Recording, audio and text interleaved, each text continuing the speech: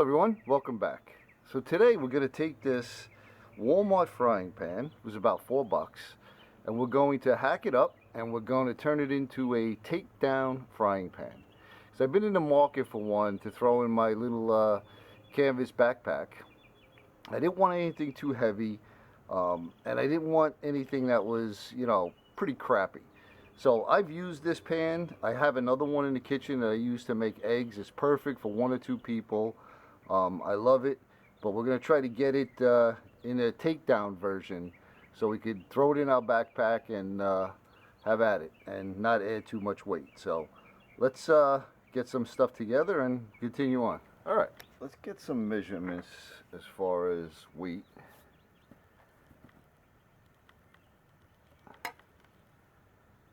Okay, so this is 10.3 ounces and 292 grams. All right. And we have on the top we got 8 1/4 inches and what do we got here? 21 centimeters. And the actual bottom, it's about, say, around 6 inches, right, and about 15 plus centimeters. And with the handle solid, we got a little over 14 inches, 14 1/8, and 36 centimeters with this solid handle. Now, things you're gonna need: screwdriver. We all, anyone who's ever cooked knows that these handles always get loose, right? So there's one little screw right back there. So we're going to take that out, take that off, and as you can see, they have this little bracket riveted in here. There's our screw. And I'll tell you what, this plastic handle is pretty heavy. Let's see what this weighs without that handle.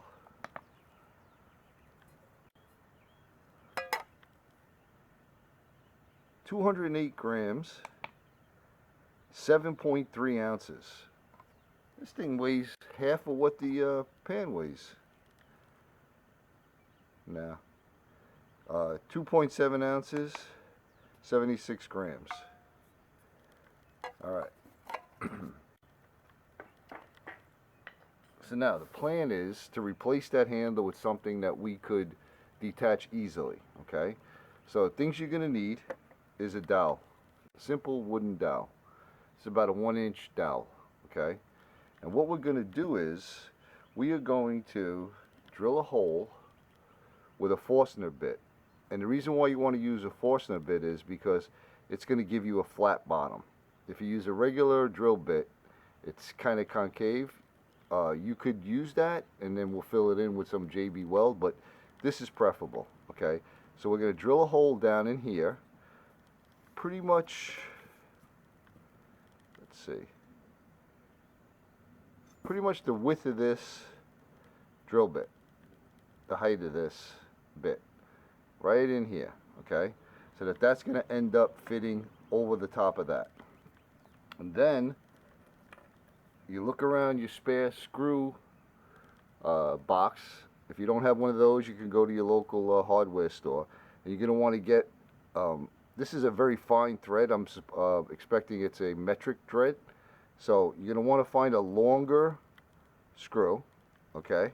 And you want a regular drill bit that size of that screw, okay? So what we're going to do is we're going to drill this hole first.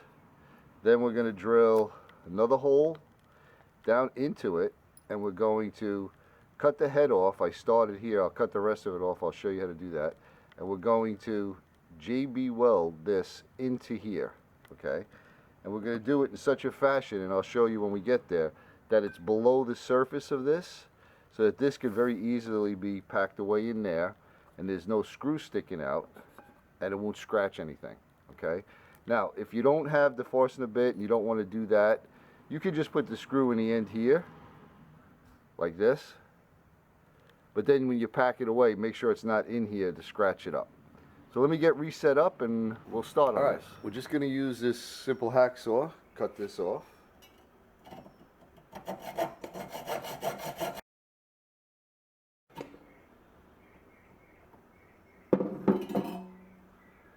There you go. Alright, I'll get the dowel set up in there and we'll do some drilling. Alright, I just have a piece of leather here. I'm going to put the dowel in so we don't mess it up too much in the vise.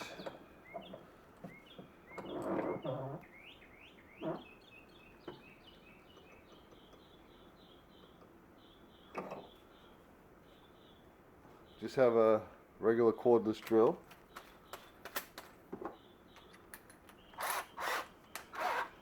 So you're going to want to try to make as straight a hole as you can. I always have the best intentions and they don't always come out straight. If you have a drill press, it's probably better to use that, but I'll show you how to do it with this. So get your little center hole. You're going to want to try to get it as straight as possible.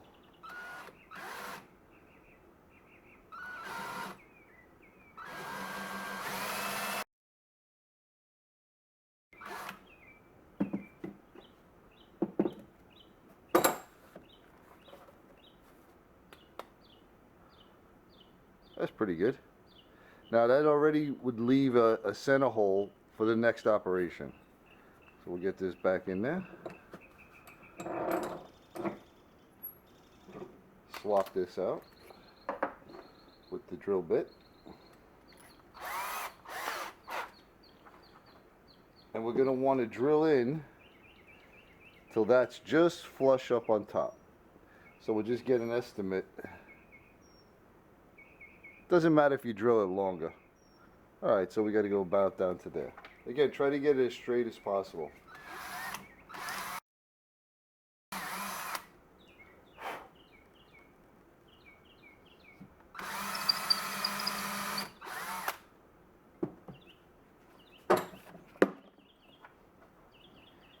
Okay, that should fit right in there.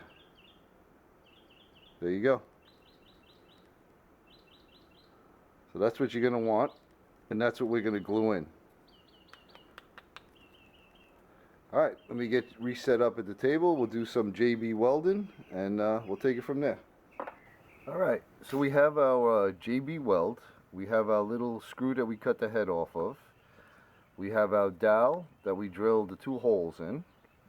And I don't know if I mentioned, but we have a washer that fits in that hole. And the screw fits in there. It's a tight fit. That's what we want. Okay. Now, always remember that you're going to want to degrease whatever you're doing with the JB weld. This is just some denatured alcohol.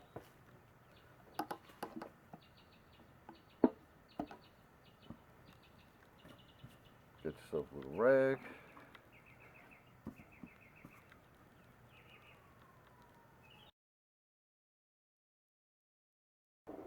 Alright, now you don't need a ton of this because it's only a small hole.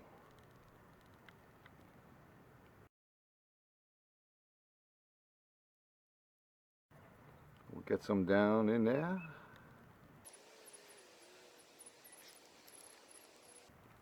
I like to put it on both surfaces and kind of, you know, mush it in. Make sure it gets good contact.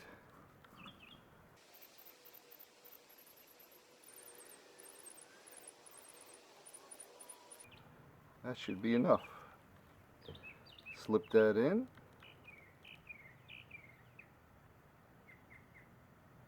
And don't forget, you want to go below this surface here. Hopefully that's showing up. Just below it. Right about there.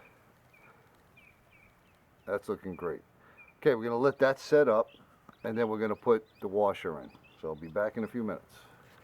Okay, that's set up enough that we can put the washer on. Okay, we just need a little bit, not much.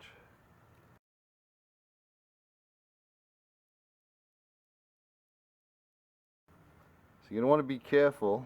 You don't want to get it on the threads. You can probably clean it off if you do, but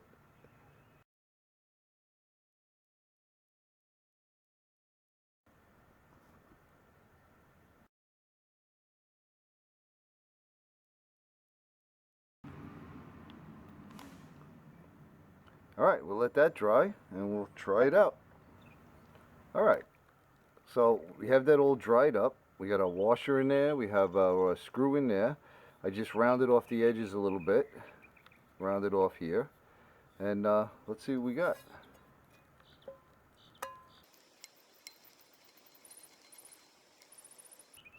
Haha, nice. There you go. You can make this any length you want, but I think that's a good length, and it's solid. I could do my flipping. Now you could paint this, you could stain this, you could do whatever you want, you could leave it natural. I think I'm going to paint it black, but that worked out great. Look at that. Now let's see what she weighs.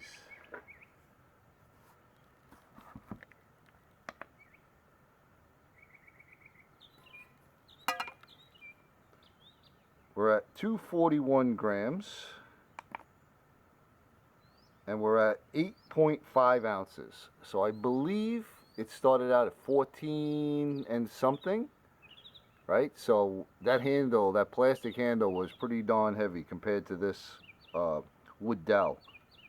So a mere 8.5 ounces, and now you have a non-stick, portable. Just take it down, unscrew that, place it in there, and it's just as small as those little ones that you buy with the folding handle. Now, like I said, this thing was $4. All the rest of the stuff I kind of scrounged around. It didn't cost me anything. You know, you can make yourself a little canvas bag or a nylon bag or something to put this in. And if this thing gets ruined, throw it out, get another one. You know, you could do that 5 or 6 times compared to the price of some of those other fry pans, and this is non-stick. So I'm going to paint this up. Again, I don't think you want to watch paint dry. So I'm going to paint this black. I'm thinking black.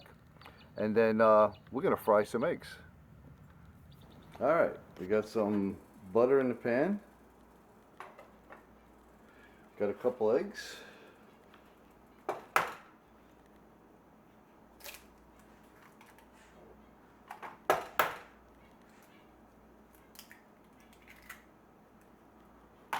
Get them going.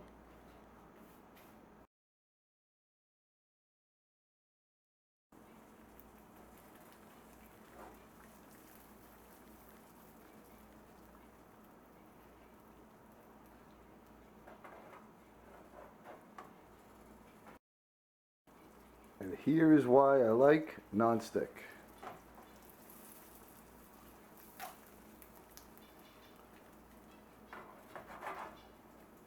Perfect eggs every time.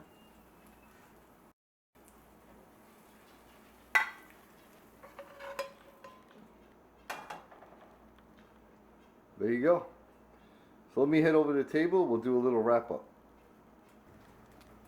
Alright, so I'm back from eating my eggs. They were delicious, by the way. I threw together a quick drawstring pouch, bag, whatever you want to call it. I'll put a link on how to make these. And then in here, we have our pan. Then I have a separation I put in there. And we have our little spatula. It was just cut down from a plastic spatula and a wood handle added on the end. And our handle for the pan. So we take this, screw it in, and we're good to go.